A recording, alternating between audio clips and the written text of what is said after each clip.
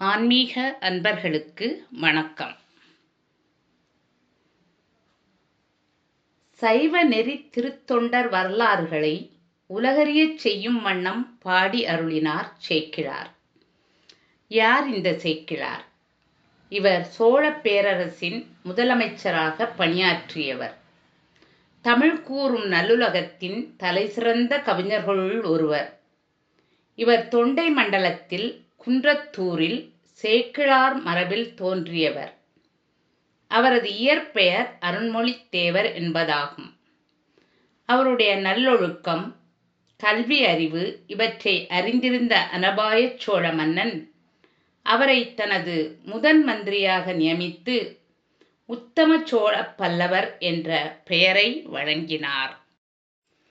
தில்லைவாழ் அந்தணர்தம் அடியார்க்கும் அடியேன் என்று தொடங்குகின்ற திருத்தொண்ட தொகையைப் பற்றி ஒருநாள் சேக்கிழார் விரிவுரை நடத்தும் பொழுது நம்பியாண்டார் நம்பி அந்தாதி என்ற நூலைப் பற்றி அவர் குறிப்பிட்டார். இதனை விளக்கிப் பொருள் சொல்லுமாறு திருமுறை கண்ட ராஜராஜ அபயகுல சேகர சோழ மாமன்னன் கேட்டுக்கொண்டதற்கு இணங்கி அந்த திருவந்தாதியை ஓதி அது கூறும் பொருளையும் விரிவாக எடுத்துரைத்தார். இதனை கேட்டு மிகவும் மனமகிழ்ந்த மன்னன் திருத்தொண்டர்களுடைய சரித்திரத்தை யாவரும் அறிந்து கொள்ளும் பொருட்டு பெருங்காப்பியமாக செய்து தர வேண்டும் என்று சேக்கிழாரை பணித்தார். அதற்கேற்ப சேக்கிழார் பெருமான் செய்தருளிய பெரிய புராணம் இன்றும் நிலைத்து நின்று சிவத்தொண்டர்களின் பெருமையை பேசுகிறது.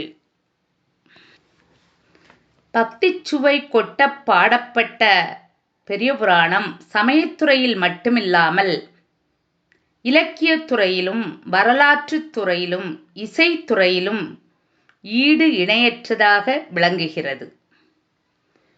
காப்பியம் செய்ய வேண்டும் என்ற முடிவுக்கு வந்த பிறகு காப்பிய பொருளாக எந்த பொருளை மேற்கொள்ளலாம் என்ற ஆராய்ச்சியில் சேக்கிழார் ஈடுபட்டிருக்க வேண்டும். தமிழ்நாட்டில் நூற்றுக்கணக்கான ஆன்மீக கதைகள் உள்ளன. ஆனால் குறிக்கோள் ஒன்றை வலியுறுத்தித்தான் காப்பியம் அமைக்க வேண்டும் என்று நினைத்த சேக்கிழாருக்கு காப்பியத்தின் கட்டுக்கோப்புக்கு உதிரி கதைகளை பயன்படுத்தினால் சிறப்பாக அமையாது என்று அறிந்து ஒன்றுக்கொன்று மாறுபட்ட இந்த வரலாறுகள் அனைத்தையும் நன்கு ஆராய்ந்த பொழுது இவற்றின் இடையே காணப்படும் ஓர் ஒருமைப்பாடு அவரது கவனத்தை ஈர்த்தது. பல்வேறு சூழ்நிலைகளில் பிறந்து அரசாட்சி செய்வது முதல் பானை செய்வது வரை பல்வேறு துறைகளை மேற்கொண்டு சிவபக்தி, அடியார்கள் தொண்டு ஆகியவற்றில் மட்டும் ஒருமைப்பாடு கொண்டிருந்த இப்பெருமக்களுடைய வரலாறுகளில் தொண்டு என்ற ஒன்று இவர்கள் அனைவருக்கும் பொதுவாக இருத்தலை கவிஞர் கண்டார். எனவே தொண்டு என்ற பண்பை காப்பிய பொருளாக்கி அதில் ஈடுபட்ட பல்வேறு அடியவர்களின் வரலாறுகளை அத்தொண்டு வெளிப்படும் வகையில் செய்துவிட்டதால் காப்பிய இலக்கணமும் பழுதுபடாமல் அதே நேரத்தில் நாட்டிற்கு வேண்டிய குறிக்கோளையும் வற்புறுத்துகின்ற முறையில் இந்த பெரிய புராணம் அமைந்துவிட்டது.